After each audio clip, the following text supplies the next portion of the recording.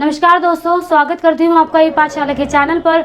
मैं हूँ ऋतिका और आज से मैं आपको क्लास 11th और 12th की हिंदी सब्जेक्ट पढ़ाने वाली हूँ। जैसे कि आप सभी जानते हैं कि विजय सर अपने ई पाठशाला के चैनल पर नई नई वीडियोस के साथ नए नए टीचर्स को लेके आ रहे हैं, तो उसमें से मैं आपको हिंदी सब्जेक्ट पढ़ाने वाली हूँ।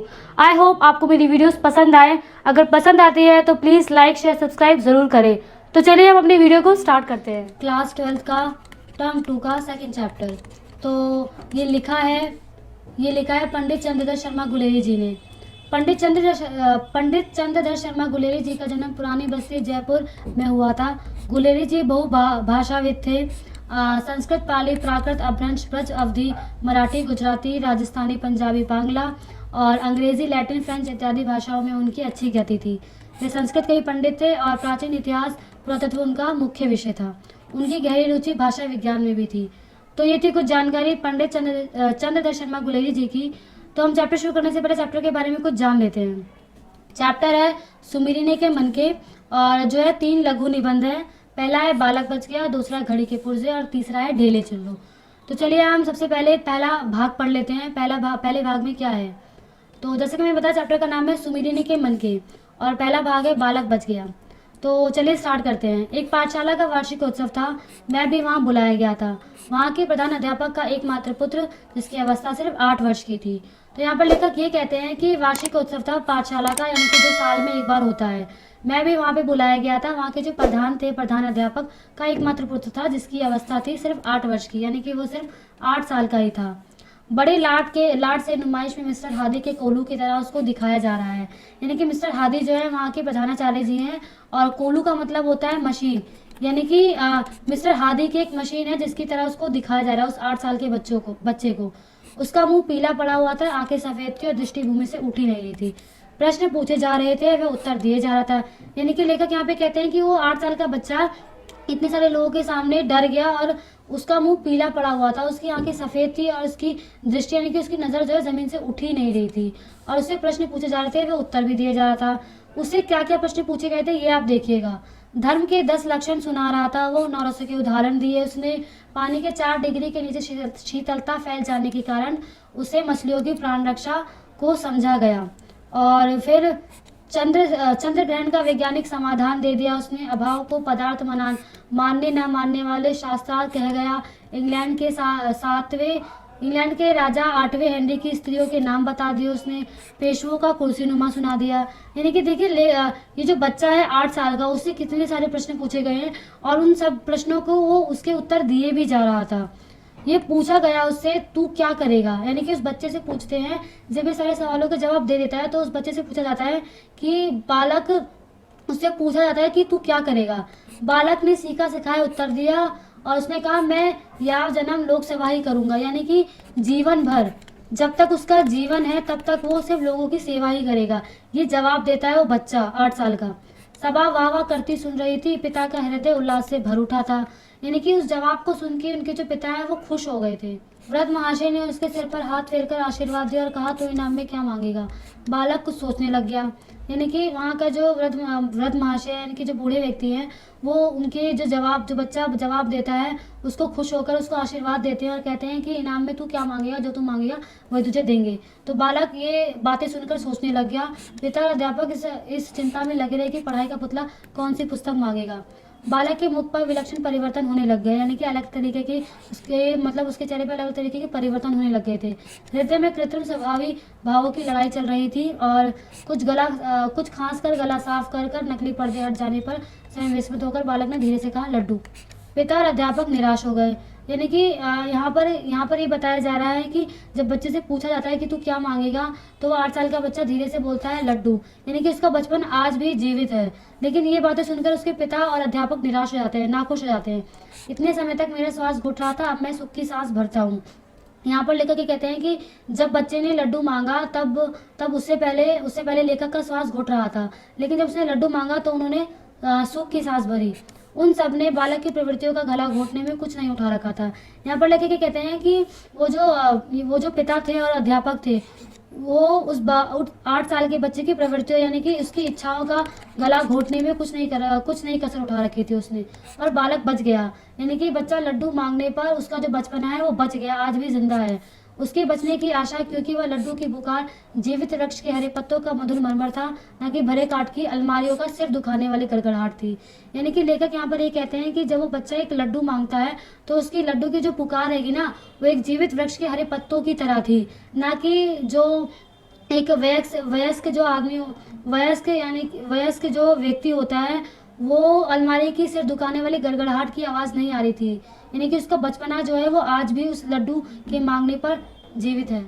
हमारा दूसरा भाग है घड़ी के पुर्जे। धर्म के रहस्य जानने की इच्छा प्रत्येक मनुष्य न करे, जो कहा जाए वह कान लगाकर सुन ले। इस सत्ययोगी मत के समर्थन में घड़ी का दृष्टांत बहुत तालियां पिटवाकर दिया गया है। यहाँ पर लेखक ये कहते हैं कि धर्म के जो रहस्य हैं वो हर एक मनुष्य को जानने की जरूरत नहीं है, जो उनसे कहा जाता है वो कान लगाकर सुन ले। और इस सत्ययोगी मत के समर्थन में घड़ी के दृष्टांत को बहुत ताले पिटवा कर दिया जाता है। यानी कि दृष्टांत यानी कि घड़ी के जो नज़रिए, यानी कि धर्म के जो नज़रिए हैं ना, उनको अलग अलग तरीक़ों से यहाँ पर दिखाया गया है। घड़ी समय बतलाती है, किसी घड़ी देखना जानने वालों से समय पूछ लो और काम चला लो। यदि अधिक करोगे तो घड़ी देखना स्वयं सीख लो, किंतु तुम चाहते हो कि घड़ी का पीछा खोलकर पुर्जे गिनकर उनको जमा दिया जाए, फिर साफ कर दिया जाए। तुमसे ये नहीं होगा, तुम इसके अधिकारी नहीं हो। ये तो वेद शास्त्र धर्माचार्यों का ही काम है।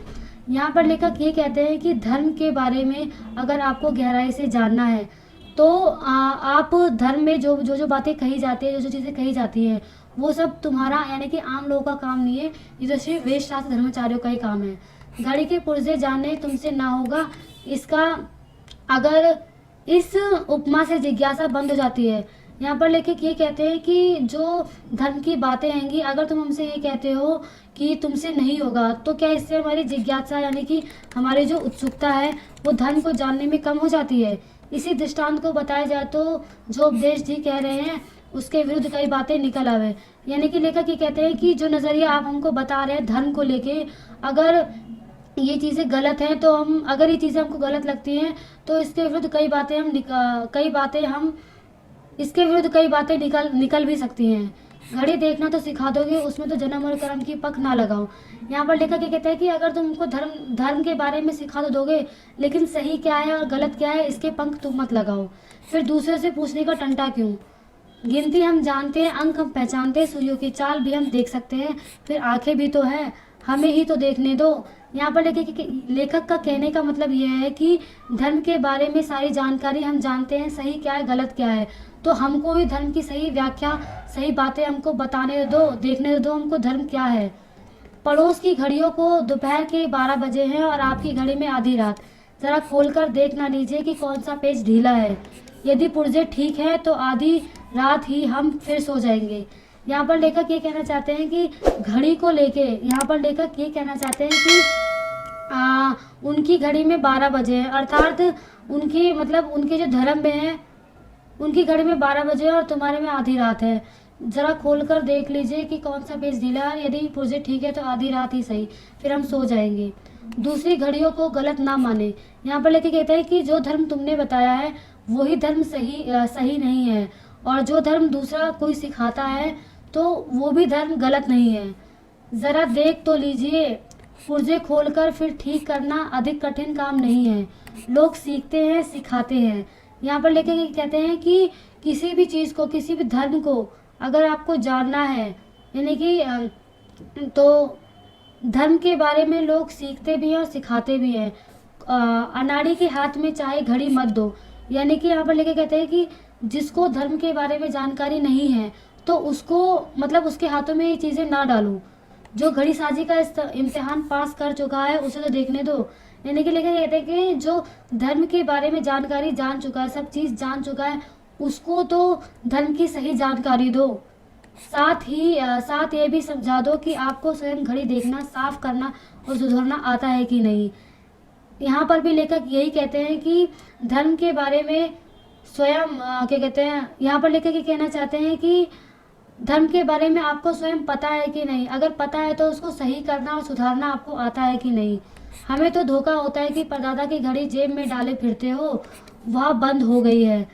यहाँ पर भी लेखक यही कहते हैं कि परदादा की घड़ी के अर्थ का मतलब यह है कि पुराने जो धर्म की बातें हैंगी वो सही है कि नहीं, क्या हमने जो बातें सीखी हैं धर्म के बारे में पुराने समय में, क्या वो गलत हो गई हैं, क्या वो बंद हो गई हैं। तुम्हें ना चाबी देना आता है, ना पुर्जे सुधारना, दूसरों को हाथ नहीं लगाने देते इत्यादि। यहाँ पर भी लेखक ये कहते हैं कि धर्म के बारे में ना तुमको सही जानकारी देना आता है और ना ही उनको सुधारना। तुम तो बस ये चाहते हो कि धर्म के बारे में सही चीज़ें सिर्फ तुम्हें ही पता है और ना तुम दूसरों को देना चाहते हो उसकी सही जानकारी, शिक्षा की सही जानकारी ना तुम दूसरों को देना चाहते हो और ना तुम दूसरों को कुछ सिखाना चाहते हो। तो ये अर्थ था घड़ी के पुर्जे का। तो चलिए अब हम भाग 3 देख लेते हैं। भाग 3 है ढीले चुन लो। शेक्सपियर के प्रिय नाटक मर्चेंट ऑफ वेनिस में पोर्शिया वर अपने वर को बड़ी सुंदर रीति से चुनती है। यहाँ पर लेखक ये कहते हैं कि शेक्सपियर का प्रसिद्ध नाटक है मर्चेंट ऑफ वेनिस। यहाँ पर लेखक कहते हैं कि पोर्शिया की जो औरतें हैं वो अपने वर को बड़े सुंदर तरीके से चुनती है। बबो हरिश्चंद्र में दुर्लभ बंधु में पौशी के सामने 3 पेटियां हैं। अब यहाँ पर लेखक दूसरी बात बोलते हैं। जो बबो हरिश्चंद्र का नाटक है दुर्लभ बंधु, उसमें पोशी के सामने यानी कि स्त्री के सामने 3 पेटियां रखी गई हैं, एक सोने की, दूसरा चांदी की, तीसरा लोहे की। इनमें से एक है उसकी प्रतिमूर्ति। स्वयं के लिए जो आता है, स्वयंवर के लिए जो आता है उसे कहा जाता है कि इनमें से कोई एक चीज चुन लो। यानी कि लेखक इसमें कहते हैं कि जो भी औरतें अपने स्वयंवर के लिए आती हैं उन तीनों पेटियों में से एक को चुनने के लिए उसे कहा जाता है। अकड़बाज सोने को चुनता है जो उल्टे पैर लौटता है, लोभी को चांदी की पिटारी अंगूठा दिखाती है, सच्चा प्रेमी लोहे को छूता है और घुड़दौड़ का पहिया इनाम में पाता है। यहाँ पर लेखक ये कहते हैं कि जो जो औरतें स्वयंवर के लिए अपने वर को चुनती हैं, वर को चुनने के लिए चुनती है, वो इन 3 पेटियों के आधार पर चुना जाता है। और जो लोहे को चुनती है यानी कि जो लोहे को चुनती है उसको घुड़दौड़ का पहिया इनाम में मिलता है। ठीक ऐसे ही लॉटरी वैदिक काल में हिंदुओं की चलती है। यहाँ पर वैदिक काल बताया गया है कि पुराने टाइम में हिंदू जो औरतें होंगी वो अपने वर को किस तरह चुनती है। इसमें नर पूछता है और नारी को बूझना पड़ता है, यानी कि नर उनसे सवाल करता है और नारी को जवाब देना पड़ता है। स्नातक विद्या पढ़कर, नहा धोकर, माला पहनकर सेज पर जोग की तरह बेटी के बाप के यहाँ पहुंचा जाता है और उसे गौ भेंट करता है। यहाँ पर लेके ये कहते हैं कि जिस किसी वर को अगर शादी करनी होती है तो वो गौ भेंट करता है उस लड़की को। पीछे वह कन्या के सामने कुछ मिट्टी के ढेले रख देता है, उसे कहता है कि उसमें से एक उठा लो। कई 7 रहते हैं, कई कम रहते हैं और कई ज्यादा रहते हैं। नर जानता था जो ढेले कहाँ कहाँ से लाया हूँ। यहाँ पर लेखक ये कहते हैं कि जो आदमी जिसे शादी करने वाला है वो जानता था कि ढेले वो कहाँ कहाँ से लाया है और किस किस जगह की मिट्टी है इसमें। कन्या जानती ना थी जो लॉटरी की बुझोल ढेरी है। वेदी की मिट्टी, गौशाला की मिट्टी, खेत की मिट्टी, चौराहे की मिट्टी, मसान की कई धूल चीजें होती हैं। बूझो मेरी मिट्टी में क्या है, चट या पिट। यानी कि यहाँ पर लेखक ये कहते हैं कि जो मिट्टी है वो जो नर है वो अलग अलग जगह से लेके आता है और वो बोलता है कि देखो इसमें क्या निकलता है। यदि वेदी का ढेला उठा लो तो संतान वैदिक पंडित होगा, गोबर उठा लो तो पशुओं का धनी होगा, खेत की मिट्टी छू लो तो जमींदार का पुत्र होगा, मसान की मिट्टी को हाथ लगाना बड़ा ही अशुभ माना जाता है। तो यहाँ पर लेखक ये कहते हैं कि जो स्त्री इन मिट्टी के ढेलों को चुन लेती है तो उनको इस तरीके की संतान मिलती है और यदि वो मसान की मिट्टी छू लेगी तो वो अशुभ माना जाता है। यदि वे नारी ब्याही जाए और घर मसान हो जाएगा, जन भर जलाती रहेगी। यानी कि लेखक ये कहते हैं कि अगर कोई स्त्री मसान की मिट्टी को छू लेती है तो उसको अशुभ माना जाता है और अगर वो लड़की ब्याही जाएगी तो उसका जो घर है वो जीवन भर जलता ही रहेगा, यानी कि जीवन भर खराब ही रहेगा। यदि एक नर के सामने मसान की मिट्टी छू ली तो उसका अर्थ ये नहीं है कि कन्या कभी ब्याही नहीं जाएगी। इसी दूसरे नर के सामने वेदी का ढेला उठा लो और ब्याही जाए। यहाँ पर 2 बातें कही गई हैं कि अगर मसान की मिट्टी जो हैगी अगर कन्या जैसे शादी करने वाले उसको सामने छू लेती है तो इसका मतलब नहीं कि कभी वो ब्याही नहीं जाएगी, वो किसी और के सामने छुएगी तो उसकी शादी हो सकती है। पुत्र से ग्रह सूत्रों में इस ढेले की लॉटरी का उल्लेख किया गया है। यानी कि यहाँ पर इसे जो वैदिक काल में जो ये लॉटरी बताई गई है कि किस तरीके से वैदिक काल में लॉटरी से स्त्रियों की मतलब शादी होती है, उसका उल्लेख, इस चीज का उल्लेख अश्वालय, गोभिल और भारद्वाज में भी दिया गया है। जैसे राजपूतों की लड़कियां पिछले समय में रूप देखकर सच संवरकर स्वयंवर करती हैं, वैसे ही वैदिक काल में हिंदुओं में ढेला छुआकर पत्नी वरण किया जाता है। आप कह सकते हैं कि जन्म भर के साथी की चुनावट मिट्टी के ढेलों पर छोड़ना कैसी बुद्धिमानी होगी। यहाँ पर लेखक ये कहते हैं कि जन्म भर अगर हम किसी इंसान के साथ रहते हैं तो सिर्फ ढेले चुनकर ही अपने को मतलब उसके साथ जीवन भर रहना, तो ये कैसी बुद्धिमानी रहेगी। अपनी आंखों से जगह देखकर अपने हाथ से चुने हुए मिट्टी के डगलों पर भरोसा करना क्यों बुरा है। और लाखों करोड़ों कोस दूर बैठे मिट्टी के आग के ढेलों और मंगल शनिचर बृहस्पति की काल्पनिक चाल के हिसाब का भरोसा करना क्यों अच्छा है। यहाँ पर लेखक जो है वो दो बातों को कहते हैं कि जिस प्रकार से वैदिक काल में जो औरतें आएंगी वो सिर्फ ढेले चुनकर अपने आदमी मतलब अपने उस पत्नी वरण करती है। मतलब जी हाँ, मतलब यहाँ पर लेखक ये कहना चाहता है कि जैसे लॉटरी से पुराने टाइम में जो औरतें आएंगी अपने वर को चुनती हैं वो सही है उस टाइम पे, तो फिर अगर हम किसी मतलब लाखों करोड़ों कोस जो मतलब वहाँ पे मिट्टी के ढेले हैं और मंगल शनिचर है, इनको तो हमने कभी देखा ही नहीं, सब चीज़ें काल्पनिक है, तो हम इस पे भरोसा क्यों करें, क्यों ये चीज़ सही है, अगर वो गलत है तो ये चीज़ सही क्यों है। या मैं कह सकता हूँ कि भगोल वात्सल्य का आज का कबूतर अच्छा है, नर के मोर से आज का पैसा अच्छा है, कल की मोहर से आंखों देखा ढेला अच्छा ही होना चाहिए। यहाँ पर लेखक इन चीज़ों को अलग अलग नज़रियों से मतलब बता रहे हैं कि पहले के समय में जो बातें होती थी अगर वो गलत है तो आज के समय में जो बातें होती हैं वो चीज़ें सही कैसे हो सकती है, क्योंकि वो चीज़ तो हमने देखी ही नहीं है। जो चीज़ देखी जाती है वही चीज़ें क्या वो सच होती है कि नहीं। लाखों कोस की तेज पिंड से यहाँ पर लेखक एक बात और बोलते हैं, कहावत के तौर पे बोलते हैं, पत्थर पूजे हरी मिले तो तू पूछ पहाड़। यानी कि अगर लेखक कहते हैं कि अगर तुम पत्थर पूछते हो तो तुम क्या कहते हैं एक पहाड़ को क्यों नहीं पूछते, और अगर तुमको पत्थर पूछने से भगवान मिलते हो तो तुम पहाड़ को क्यों नहीं पूछते। इससे तो चक्की भली पीस खाए संसार। यानी कि लेखक इसमें कहते हैं कि अगर तुम पत्थर पूछने से तुमको भगवान मिलते हैं तो इससे अच्छा तो एक मिट्टी की चक्की है जिसको पीस कर उसमें आटा पीस कर लाखों लोग यानी कि लाखों लोग संसार में जितने भी लोग हैं वो खा सकते हैं सिर्फ चक्की पर आटा पीस कर। तो ये अर्थ था तो ये कहानी थी सुमीरन के मनके की। तो अगर आपको मेरी वीडियो अच्छी लगे तो प्लीज़ लाइक शेयर सब्सक्राइब ज़रूर करें इस चैनल को। जय हिंद जय भारत।